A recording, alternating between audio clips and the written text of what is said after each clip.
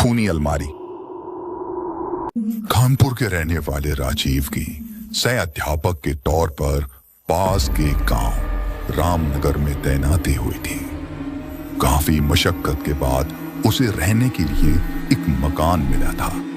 गांव के आखिर में पुराना मकान, लगता था जैसे कई सालों से यहाँ कोई रहने नहीं आया। जर्जर दरवाजे, पूरे घर में पकड़ी चले। उसे काफी सस्ते दामों में ये घर भी मिल गया था, इसलिए राजीव ने ज्यादा देरी भी नहीं की और इसे किराए पर ले लिया। दिन भर घर की साफ सफाई करवाने के बाद राजीव काफी थक चुका था। रात करीब 10 बजे गली में सन्नाटा पसरा था।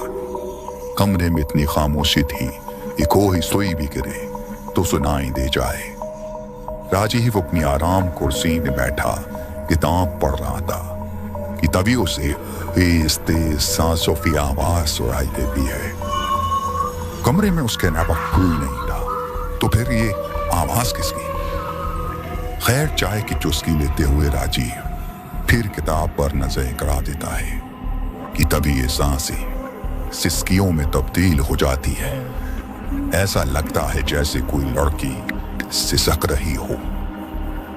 राजीव पूरे घर का मुआयना करता है, लेकिन उसे कोई भी नहीं दिखता। तभी राजीव को समझ आता है कि कमरे में रखी अलमारी से सिसकियों की आवाज आ रही है। वो धीरे धीरे कदमों से अलमारी की तरफ बढ़ता है और कांपते हाथों से उसके दरवाजे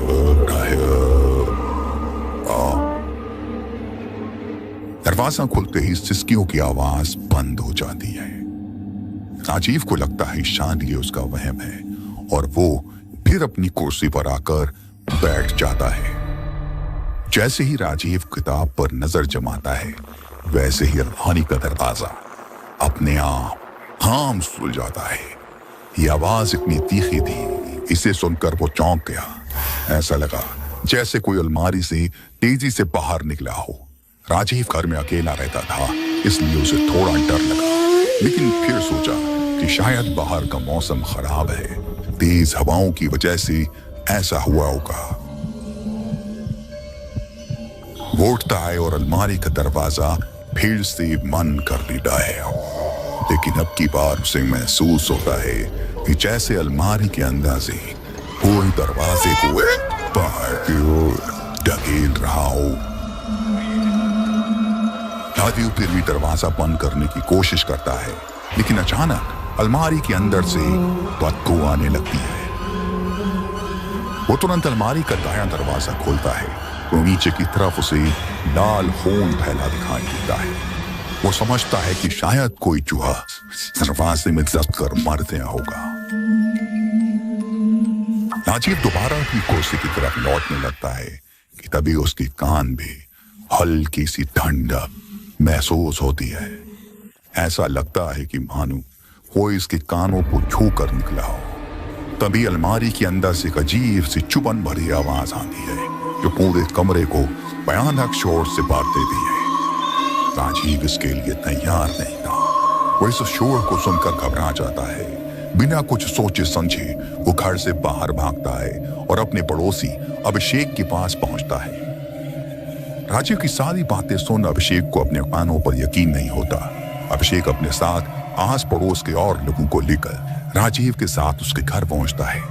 पूरे घर का जायजा लेने के बाद वो राजीव को बताता है कि शायद ये उसका वहम होगा, लेकिन अभिषेक के चेहरे से लग रहा था कि वो कुछ छिपा रहा है।